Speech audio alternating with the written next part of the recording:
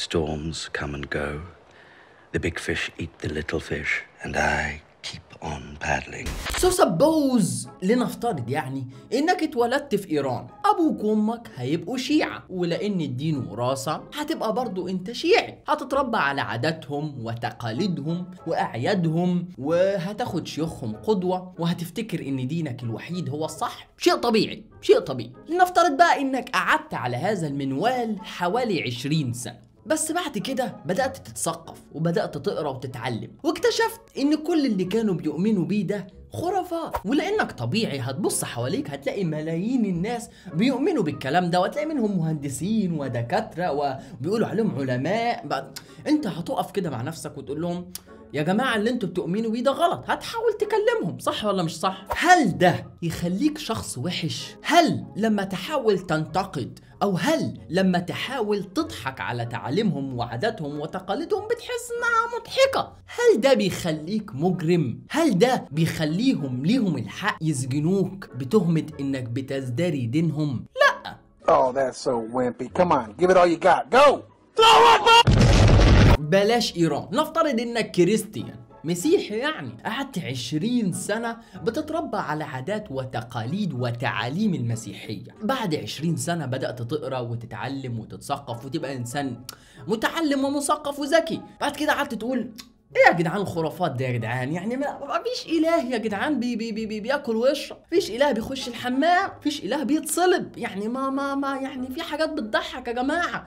ازاي مثلا الانجيل بيقول ان الملح بيتزرع؟ حاجات بتضحك، صح؟ طيب هل لما بتنتقد هذه الاشياء هل ده بيخليك شخص وحش؟ هل ده بيخليك شخص مجرم؟ لا. طب هما لو اخدوك كده من قفاك ورموك في السجن، هل ده عدل؟ طب ليهم الحق يقتلوك؟ طب لا.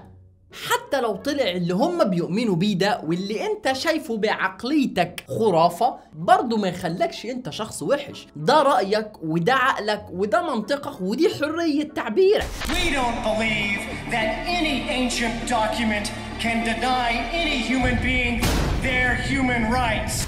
زمان كان في حاجة اسمها دارك ايجز، عصور الظلام. كان في اي حد بيعارض الكنيسة بيتقتل على طول، كان في اي حد بينتقد المسيحية بيتشنق في الشوارع على طول، كان في اي حد بيحاول يقول ازاي الاله يكون فيه الشر ده كله، اساسا ما فيش اله، كان بيتمسك على طول بيتقتل، ما فيش رحمة. كانت حجتهم ان هو كده مهرطق ومخرف وبيحاول يأذي مشاعر الناس، ودي العقوبة اللي الاله قال عليها. بس دلوقتي بقى عصور الظلام للمسيحية خلاص ولت وانتهت. I was a fucking legend. لكن عصور الظلام بتاعت الإسلام للأسف ما زالت موجودة لحد دلوقتي. ما تتضايقش، ما تزعلش، والله أنا عارف إحساسك دلوقتي، بس ده حقيقة. نفس الأفعال اللي كانت بتتم في عصور الظلام للمسيحية أو الكريستيانيتي هي نفس الأفعال اللي بتتم دلوقتي. أي دولة بيحكمها الإسلام، أي واحد ينتقد الإسلام بيتقتل، اي واحد بيخرج عن الدين اللي هو مش مقتنع بيه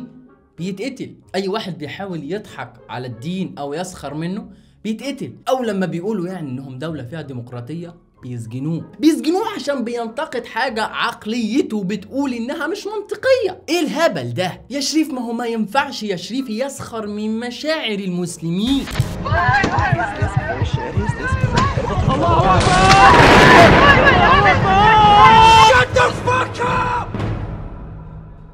غلط، هو لا يسخر من مشاعر المسلمين، هو بيسخر من أفكار معينة بالنسبة له مضحكة، صودف إن في مسلمين بيؤمنوا بيها. لو كانوا المسلمين دول بوذيين برضه هينتقد، لأن هو بينتقد الفعل، والفكرة منفصلة عن الأشخاص. الفكرة ما بتحسش بالمدح ولا الذم، ما بتحسش بالإهانة اللي أنت بتقول بيهين الأفكار ولا بيهين المعتقدات. المعتقدات تحس بالإهانة ليه؟ أنتوا عبط ولا هبل ولا في إيه؟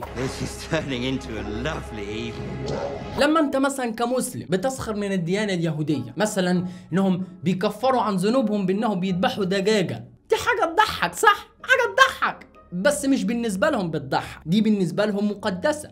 هل ده يديهم الحق انهم يغصبوك تتكتم؟ لا، لك حرية التعبير في انك تنتقد هذا الفعل المضحك، دي حريتك، وهم برضو ليهم حرية ممارستها طالما ما بتضرش حد. ولو انت شخص مسلم ولقيت واحد لا ديني ما عندوش دين، واحد ملحد، وجات تريق على افكار في دينك، اتريق على مليون فكره في دي، زي مثلا في قصه مثلا نوح مثلا، يعني هو جمع كائنات الارض كلها، كل الكائنات اللي في الارض، وسافر الارض كلها عشان يجيب كل الكائنات وذكر وانثى ويدخلهم في سفينه. ما حاجه مش منطقيه يعني هو بس جاب البكتيريا، طب جاب الفيروسات، مش هو بقى جاب كل الكائنات الحيه؟ ما جاب الطيور، ما في حاجات مش منطقيه بالنسبه لك انت، عادية بالنسبة لك انت، مش مضحكة، بس بالنسبة له هو مضحكة. هل لما هو يحس انها مضحكة ويعبر عن هذا الاحساس ده يخليه شخص وحش؟ ده يخليه المفروض يتسجن، يتقتل؟ لا، بدون النقد مفيش حد هيعرف ان الشيء الفلاني ده صح ولا غلط. بدون النقد الشيء الغلط هيفضل غلط لآلاف السنين، لان محدش قادر او بيجرؤ ان هو يتكلم فيه. بدون السخرية مفيش حد هيحس ان في حاجة معينة مضحكة. فزي ما انت شايف الشيوخ ليل نهار انتوا يا صليبيون يا عباد الصليب، انتوا يا كلاب اهل النار، انتوا يا بتاع اللي في اله بيخرج، في اله بيخش الحمام يا بهايم ايه؟ استغفر الله، بهايم بتفهم يا راجل؟ ما هي بس هي نجسة اصلا طول عمرها المسيحية. اخص على القساوسة بتوعكم، اكيد بيعملوا فيكم، عشان كده انتوا بتحبوهم قوي.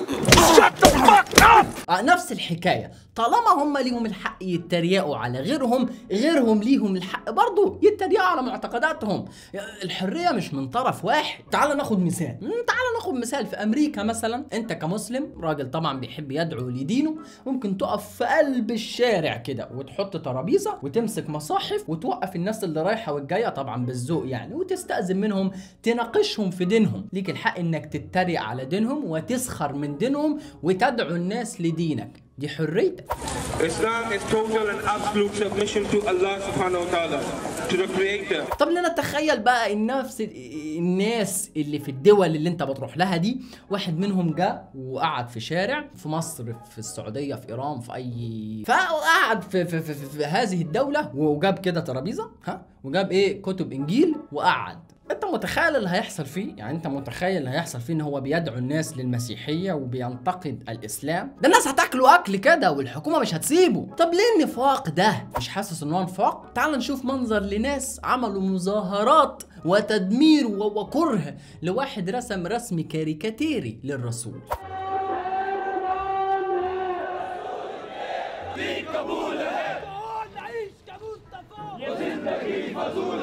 جميل قوي. تعال بقى نشوف منظر الناس اللي صاروا وعملوا مظاهرات على التذبيح والقتل والرجم والجلد والانفجارات اللي بتعملها داعش.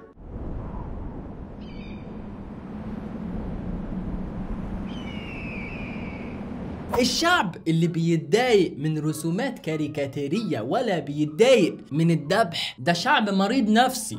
الشعب اللي بتحركه شوية رسومات وما بيتحركش من الدم والانفجارات ده شعب مختل عقليا. انا عايزك تقولي وتفهمني مين الغلط، دول الغرب ولا دول العرب؟ مين اللي المفروض يتغير؟ دول الغرب تعمل حاجة اسمها ازدراء اديان وتسجنك انت لو اتريقت على اي دين تاني او حاولت تدعو لدينك، ولا دول العرب اللي المفروض تشيل حاجة اسمها ازدراء اديان وتسمح لاي واحد ينتقد اي فكرة او يسخر من اي فكرة طالما ما اذاش؟